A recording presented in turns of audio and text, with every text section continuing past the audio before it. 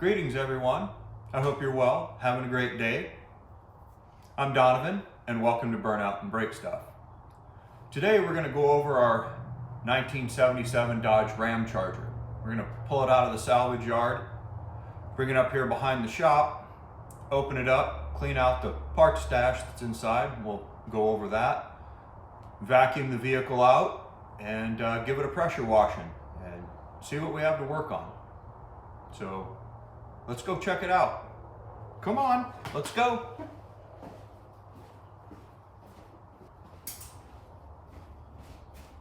Well, don't just sit there. Let's go.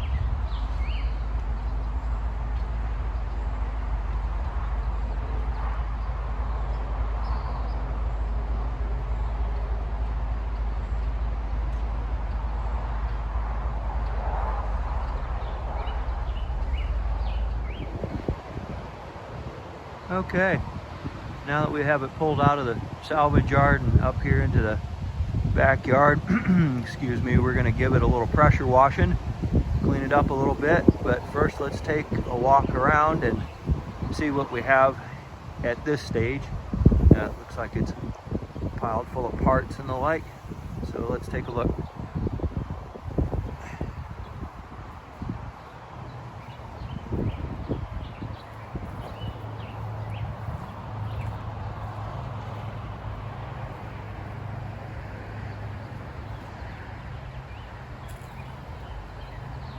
It has some fairly new mud tires on it, at least with quite a bit of tread left on them.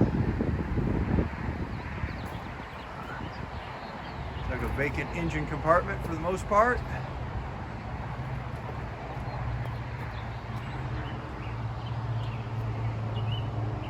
Not all rotted out or anything to that effect. Power brakes, power steering. Looks like a 2-speed wiper motor. Bumper looks like it's in fairly good shape. It's not full of dents and rust. A lot of these have seen better days. Someone along the lifetime of this vehicle cared enough about it to take somewhat care of it.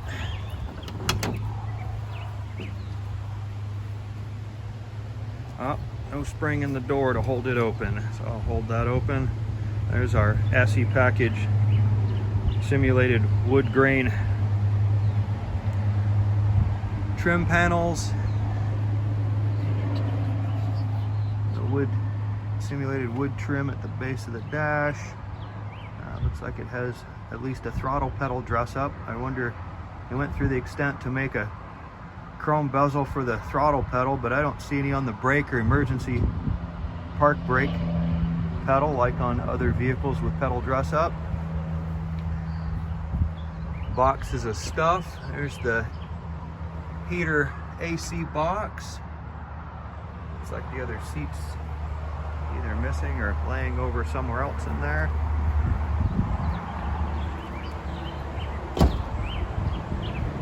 I'll back up and set us down and get the tailgate open, maybe, if it cooperates.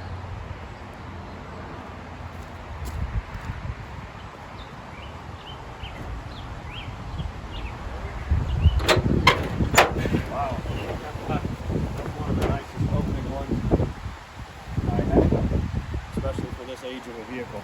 Okay. Well, that opened quite simply. I did not expect that. I expect a struggle generally getting them open.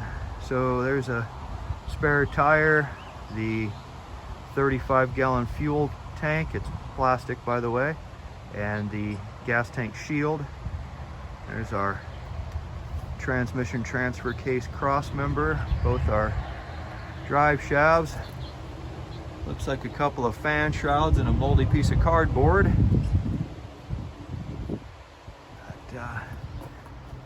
There's the SE added trim panels to the inside of the box along with the carpet. It's pretty rough shape. I always forget my terminology on which AC part that is, condenser or something or other else. Anyway, I get it mixed up with the little black canister. So I'm not an AC guy, so I don't really follow or know that much about it. I know that you compress air, it gets hot. You let air expand, it gets cold.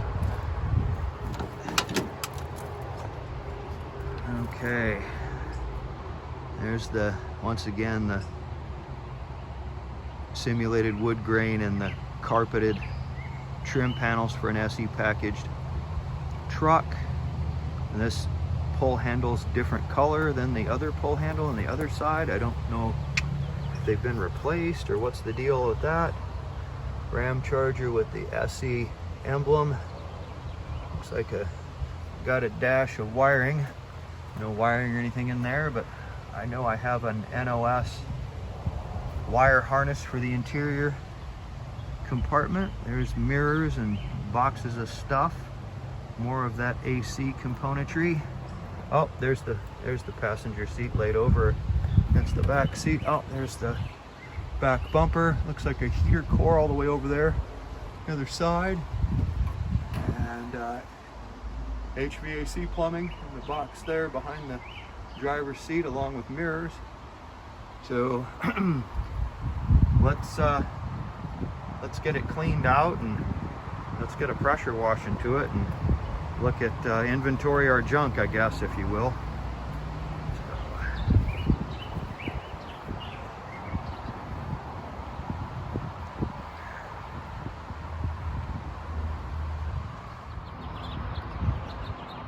Now that we have everything removed from the interior of the Ramcharger, let's take a look inside.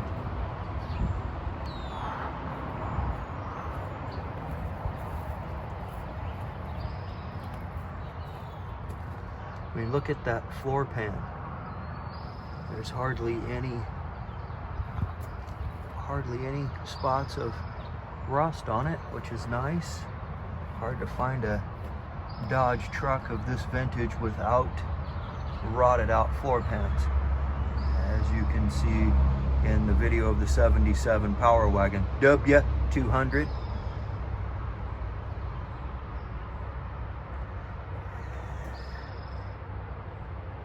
There's the back seat.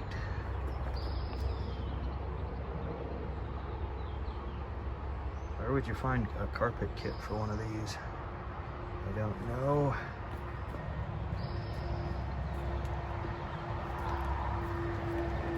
Let's go to the rear.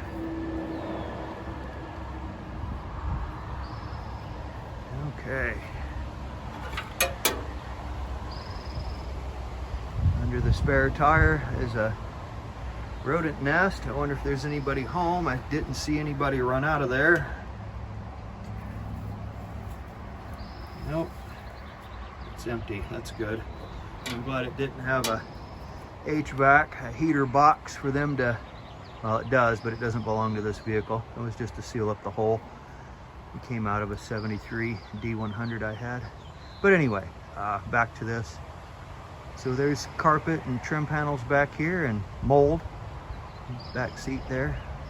We'll take and give it a pressure washing and vacuum out the interior of it and go from there, see what else we can uncover about the vehicle. But I mean, siding down the dirty side of it and the like, it's not just hammered with dents or rot. The lower quarters are decent in the box. So it's dirty wagon wheel. Need pressure washing will take care of that, and we'll get it up on the lift and all the wheels off of it and under it. Probably get the pressure washer under it as well. But as far as a 1977 rig goes, this one's in pretty doggone good shape. I mean, other than this one, where do you find one? Okay, let's check out what about 20 minutes of vacuuming has done for us and take a quick peek at that, walk around, and then we'll close it up and get the pressure washer out and go to town. All right.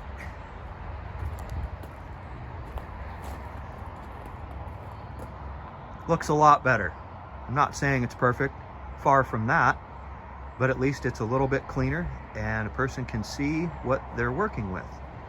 And eventually, I believe I will get the back seat and the carpet out and the driver's seat out and go through the entire floor pan area, inspect it, clean it, that type of thing. Give it the once over so I know what I have and what a future caretaker will be looking at.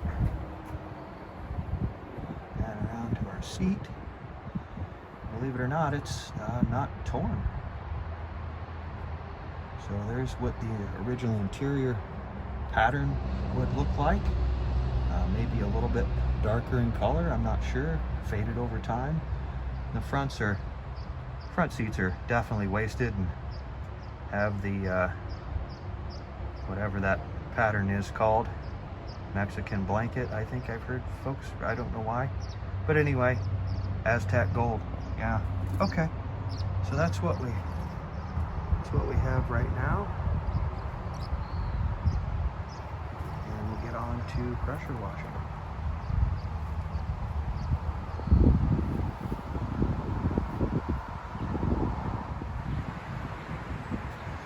Let's see what an hour and 17 minutes of pressure washing, and I used a bucket of diluted White Lightning cleaner. I think that's what it's called. It's, you know, knockoff of Zep or Purple Clean, Castrol Super Clean or whatever. Dilute it down, give it a scrub brushing, and take a look at what we got here before the birds crap all over it. So it came out pretty doggone good, my opinion.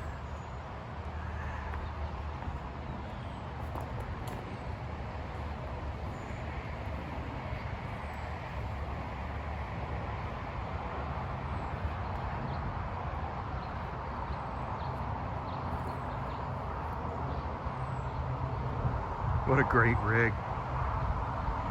I can't wait to get it running again. I'd really like to rebuild its 440 to make more power than whatever they made in 77.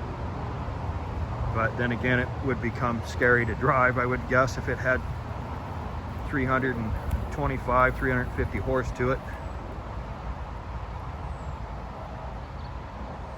But yeah, I just wanted to take a look at it before the birds crap on it.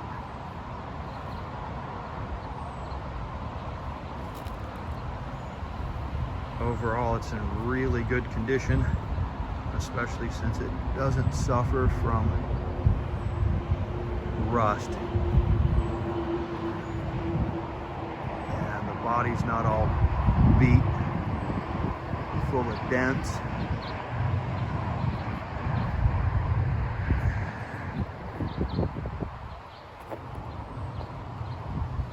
It's been off the road since 07, I believe, 07 to 08. It was stored in a 45 by 160 foot long shop for several years, and about 10 years ago we moved, and so it's been under the back deck and under a tarp and in an RV port, that type of thing. Trying to keep the weather off of it the best I can. As far as dents and the like go, nothing's really jumping out on this side. It looks like it's got a couple of whoop-de-doos and oopsies on the quarter panel, or maybe the, I don't know if the spare tire carrier got pushed open too far. Right here, there we go. Right there, top of the box, just where the piece of chrome is missing. That's an issue. And then there's some wrinkling right in there. I'm not sure what went on right there. And then if we, as far as rust is concerned, set this down and go down, and let's zoom in a bit, maybe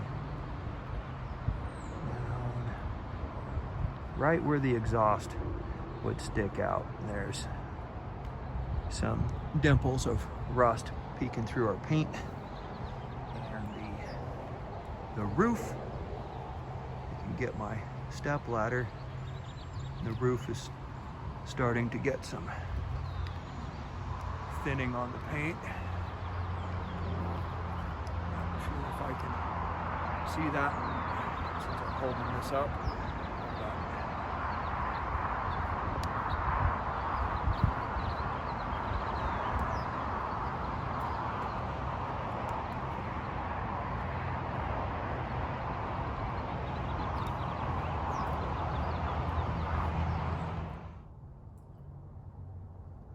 Here's our 440 for the 77 Ramcharger. Basically all assembled and ready to put on the test stand. So I can give it a compression check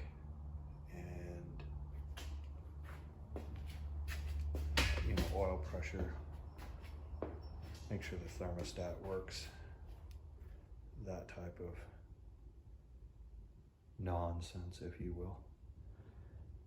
It's not nonsense, it's pertinent information. I kid. So it's all set to go, and as I recall from the last time I ran it, it needs a pan gasket, a rear main seal, and the thermostat housing needs to be replaced. And along with that, I will pull the front drive assembly off the engine and check the timing set, and most likely put a new timing set in it.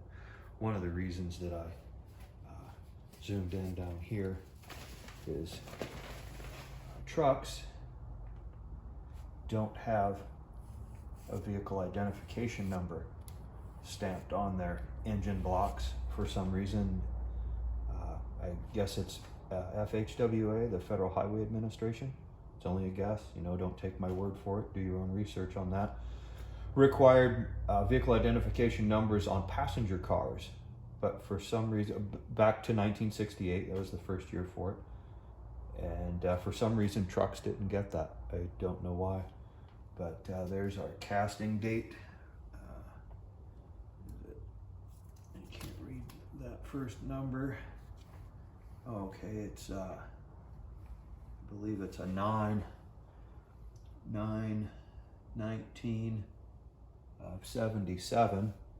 So we do know it's a 77 engine. I would also say that it's at some point been out of the vehicle besides me pulling it out, as it has a series of Dorman brass core plugs in it. My experience with Chrysler products over all the years I've worked with them, vehicles through the 60s and 70s came with steel core plugs, not brass. Maybe there's other folks out there that have seen that brass. I just haven't. So anyway, this big monster is ready to put on our run stand right there. So I have the bell housing and flywheel for the test stand to connect to this big beastie 100 amp alternator. Look at that drive system. I mean, and the power steering pump still inside the engine compartment of the vehicle. So that's quite the adventure to assemble, especially if someone doesn't have the diagrams and the parts have been scattered everywhere for who knows how long. Anyway, they've also I ran this thing several years ago on the test stand. That's how I knew it needed a oil pan gasket and a rear main seal. One of the issues that I had with it was the distributor advance didn't want to work. The advance mechanism was kind of froze up in it, so I completely disassembled the distributor and cleaned all of its parts up and lubricated it, put it back together and tested on the stand, and hey, it worked the way it's supposed to. All right, let's go find the 727, and I believe it's an MP203 married transfer case transmission assembly, and then we will also go and look at the parts stash that I cleaned out of the Ramcharger. All right. So here we are on the assembly line, the launch pad here. Our nice concrete surface is pressure washed, and obviously our Dart Sport is in a new home, and we see our station wagon down the hill.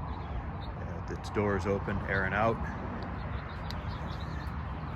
Here's our 727 and NP203 assembly ready to go back in the Ramcharger. There's a deep cast aluminum pan. I believe that adds 2 extra quarts of capacity. Step around the other side here.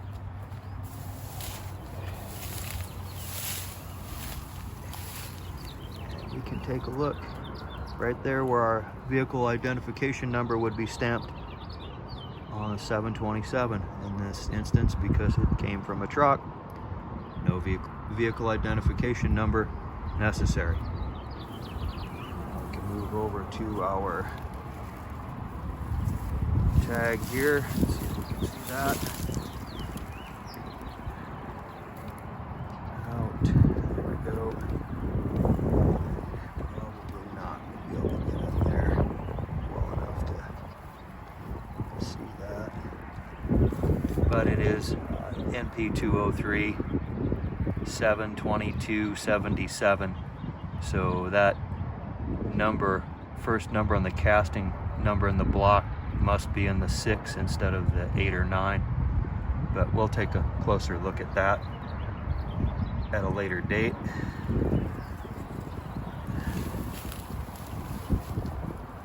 So yeah, let's go find our stash of parts that are in the interior of the vehicle and take a quick look through them. And by the way, here's one of the, what I believe is one of the original tires from this vehicle. I believe it was kept as a spare when I bought it. It was on the spare tire hanger, I believe. So anyway, that's the same Goodyear tracker that's listed in the sales brochure. I just thought I'd throw that in there for funsies. So here's the stash of parts from the interior. There's our transmission cross member, a skid plate, the speed control for the cruise control, both front and rear axles, and it looks like some sill plates. And then there's a few different remnants of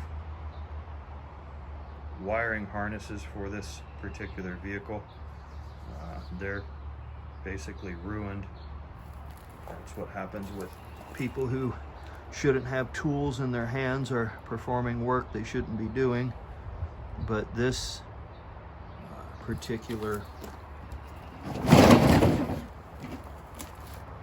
wiring harness is the one that was in it when I got it. Heater AC, complete meltdown in the fuse section there. And what I find interesting is this particular bulkhead connector.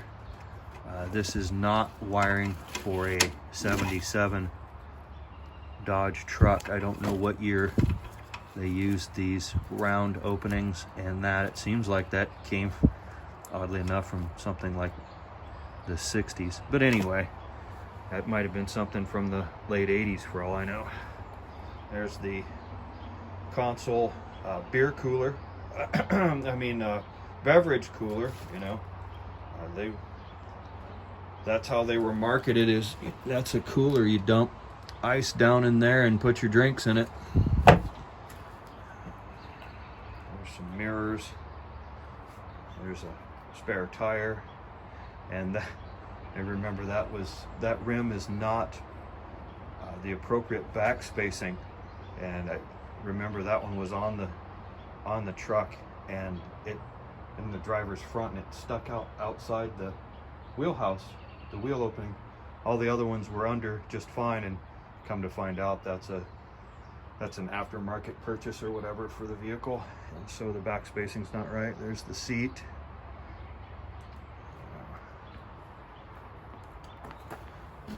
That's the spare, that's the jack bracket, and looks like HVAC controls and a license plate light. There's the HVAC box. There's a headlight down in there. Heater core, the new one, replacement. There's the fuel tank. Rear bumper's in pretty good shape. There's the 100 amp auxiliary wiring for the 100 amp alternator. Trim panel, kick panel. Okay, 93,000 437 original miles. That was a heater control valve. Looks like more wiring, some belts, the park lights. There's the spare tire carrier, and looks like the inner fender to frame splash shields. So it looks like we have a pretty good stash of parts to put the truck back together. So we'll continuing on. There's a couple of fan shrouds and AC component there. So that's what we got for now. So like I do with all the paperwork, I like to share it. And what we have here is the photocopy of the factory invoice, dated back 7/28 of 77, and the vehicle price itself, 106-inch wheelbase Ramcharger, $4,271.85. Axle ratio 355, anti-spin, engine 440 cubic inch 8-cylinder, $206.30 for that option. High back bucket seats, driver and passenger, looks like $110 option. Down here, our luxury package, the SE package, $2,090.05. Amazing. Destination charge, $472, which brought the total invoice to $8,324.80. So they put down $500, they ordered the vehicle, and the invoice price was $8,324.80, and the dealership marked it up $300. That's it, for a total of $8,624.80. Sales tax back in 77 in California, $517.49. DMV charge, $159. Total cash price, $9,301.29. So pretty interesting stuff. It's amazing to have this much paperwork, a dealer invoice and the original purchase paperwork. So you can see it was invoiced to Pioneer Dodge, sold at Pioneer Dodge, and the vehicle identification number matches everywhere along the way. There's the paint code plate from under the hood, and we'll go out and take a look at the door jamb here in a moment. Here's our door identification plate, as you can see riveted in there. Vehicle identification number, and its model and the like. And then we'll check the code, the sticker here. Date of manufacturer 7/77, and the identification number, the A10B D7S204536. So there's a lot of documentation for the vehicle. It's overall in really good shape. It just needs to be put back together.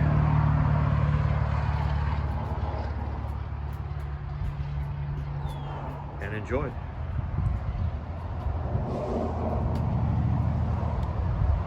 So that's where I'll leave this one for today. I appreciate everyone viewing and subscribing. Thank you very much, and I wish everyone a happy day.